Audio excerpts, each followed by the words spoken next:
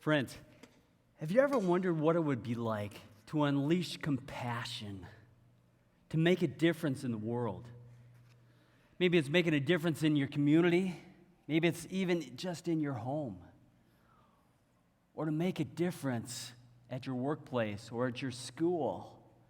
You know, this morning we're going to be talking about what does it take to unleash compassion. Compassion. Wow. It was a few years ago, I was praying and I said, God, I want to be filled with compassion. I don't know if you want to do that all the time because God will do something exactly what you asked for. And I did that. And I asked God, I said, God, I want you to fill me with compassion. I want to have the heart that you have for people that are in need, for people that are hurting, for people that don't know you, Jesus. I wanted to have that heart. I don't want to be living a selfish life. So Jesus, fill me with compassion. And God started to do something in me. I would start to see people in a way that I'd never seen them before. And so when I would see people, I would see the hurting. And I'd be able to go up to them and care for them versus walking on by. If there's a need, I would try to meet that need. I remember this one time I was walking through this park area, and there's a homeless guy. And I was talking to him, and the Lord laid on my heart, something that was really strange to me. But I said to this man, I said, what do you need? And I already kind of knew what he needed. And he goes, I need socks and shoes. And I'm like, okay, God, I'm going to give him my socks and shoes. And you have to know, it was kind of a cool thing. About 15 minutes beforehand, I had just left my house, and I had just opened this brand new pair of socks and put them on. So, yes, I did wear them, but it was for a short time.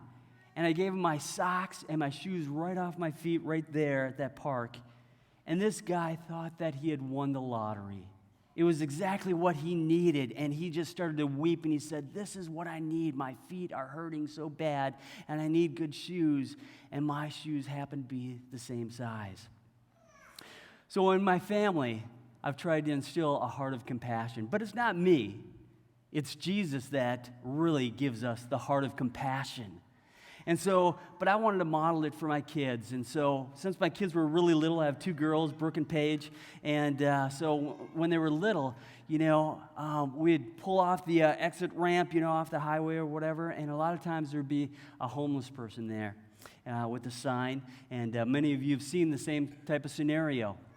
And so what I told my kids is, every time we see someone in need, we're going to ask Jesus what he wants us to do and try to meet that need. We want to have a heart of compassion for everyone. We're not going to be asking questions, why are they in this situation, whatever. No, we just want to be filled with a heart of compassion. And so we would do that. And so we'd give money or food or whatever we'd have, at the time. And I remember this one time that my youngest daughter, Paige, said something that made me stop in my tracks and pause. She goes, right after we had handed something to a homeless man on the side of the road, she goes, Dad, do homeless have names? Oh, wow, my heart just stopped. And I said, Paige, yes, absolutely. Every person has a name. And so how can we call them homeless? So I shared a little bit, but I said, you know what? Let's call them by their name from now on. So the next time we were out and pulled off the side of the road and we saw someone, and they came up, and usually this is the scenario if someone, is in need and we're ready to hand them something out the window, money or whatever it might be. They usually have their head down. And so they're walking up to the car, their head down and kind of reach their hand out. And I gave them whatever we had. And I said, what is your name? And all of a sudden, their head lifted up, and they go, John. And all of a sudden, the eyes just lit up in John. And I said, I'm Randy. And all of a sudden, Paige goes, I'm Paige. I'm Brooke. And then my wife said, I'm April. And all of a sudden, something changed in that man right there. He saw a heart of compassion with our family. He saw something different that he hadn't seen before. And all of a sudden, there was some life that was just given into him. And that was from Jesus, by just asking a name. And so every time we go out and we see someone, we always try, if we remember, to ask them their name. And it changes everything. And all of a sudden, you see them as a person that you didn't see before. And so that's been our story for most of our years, with my kids. My kids are older now, 17 and 22. And so we're at the state fair on Friday. We're leaving the fair, and we're waiting to cross the street on Snelling Avenue, to go to our car. And, the police directing traffic and so forth. And we're waiting and waiting. And right next to us is a homeless person. And so I see them, and so I reach in my pocket. And all of a sudden, my daughter, Paige, she's 17, she goes, "No, Dad, I got this." My heart just broke. And she goes over to this man and gives him some money and just asked him his name and had this conversation. And all of a sudden, this man's eyes just lit up. A heart of compassion. What does it look like to have a heart of compassion? Let's take a look at the screen here, some scripture. Colossians 3:12, and it says this: "Therefore, as God's chosen people, holy and dearly loved, clothe yourselves with compassion, kindness, humility, gentleness, and patience." Clothe yourselves with compassion, putting on compassion. And that's from Jesus, saying, "Jesus, clothe me, put compassion on me so that I can see people in a different light, to see the ones that are hurting, the ones that are struggling, the ones that are in need." And that's my prayer each and every day, that I would continually have a heart of compassion. And so, friends, we have an opportunity to do that here in our community. Today we have this food drive, and you see this food here, and we have an opportunity to help restock a food shelf at Interfaith Outreach. It's an organization here that has this food shelf, this food bank for people to go to. Did you know that just in our community, now it's not open to everyone around the Twin Cities, it's just open to our community. There's over 50 people every day that go through the food bank. Now that's 50 people, that really represents 50 families every day. And what they're able to do is they're able to grab food like this and put it in 4 to 5 bags of groceries. Wow. Now, it's not going to last them a long time, but it helps supplement what they might already have. And so they're able to go every other week to be able to do that.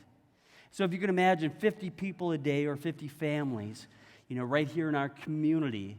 But not only that, it's 250 people or families that go to the food bank right here in our community, right here in Plymouth, every week.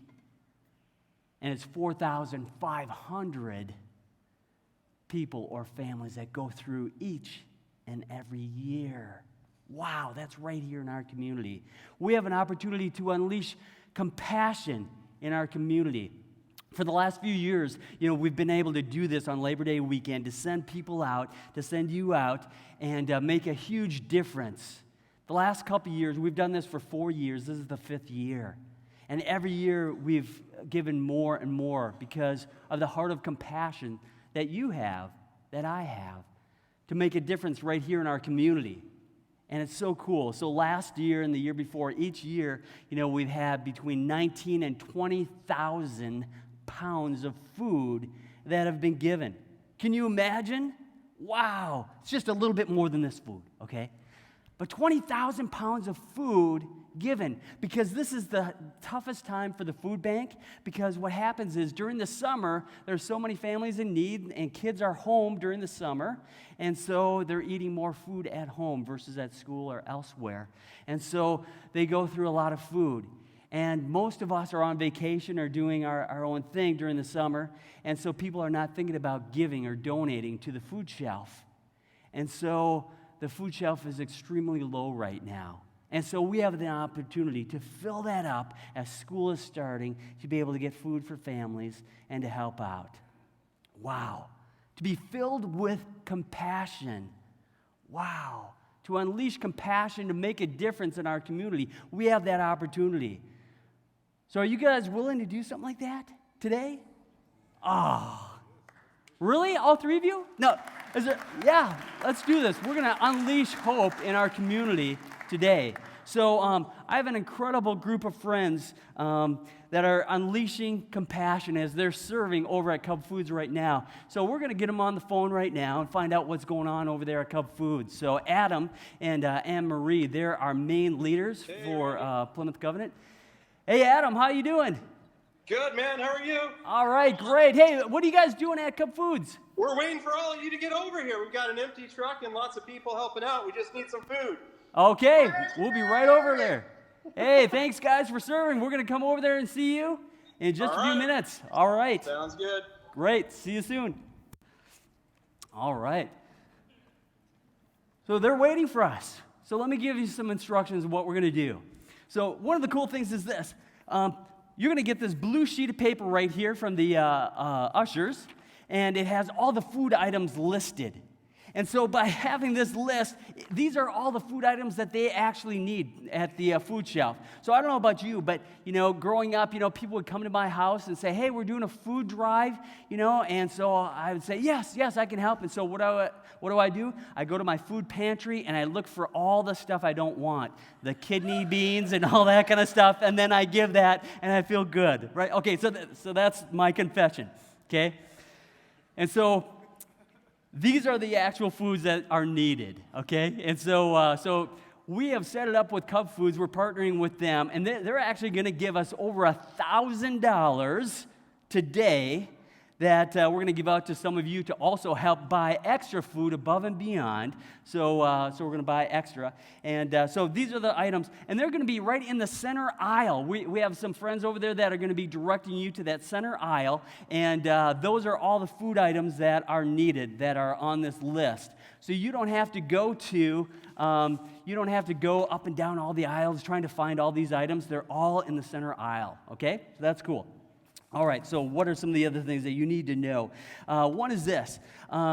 It's going to take an extra 20 to 25 minutes. We're letting you out of the church service actually 20 minutes early. Shh, don't tell Pastor Dan, okay? He likes to go overtime, okay? So, but I'm letting you out 20 minutes early, all right? And so use that 20 minutes, and it might take you an extra 5 minutes, so it might be 25 minutes of your church time to be able to go and serve and make a difference right now, putting your faith into action right away. And so as you leave here, you'll get this blue sheet. You'll jump in your car, and we actually have the police directing traffic out there, and they actually have some extra police officers this time writing down license plate numbers. Okay, so if you're not turning left to go to Cub and you're turning right, they're writing it down. They're going to try. No, I'm just kidding. So the police are there to direct traffic so that it's easy for you to get out. And so what we want you to do is to turn left and go down Vicksburg, and then about a half mile down the road on the left-hand side is Cub Foods, and the team is there waiting for you. And I want you to know, I don't know what your financial situation is, but give from the heart. If you can only afford one box of cereal, no problem. Okay, if you can afford all of this, great. It's whatever you can afford. Don't feel like you have to buy a lot, okay, if you can't afford it. Pay what you can afford, okay? And give from the heart. That's what counts, all right? So I'm going to ask you to go out right now and make a difference and unleash compassion in our community. So go and serve. We'll see you at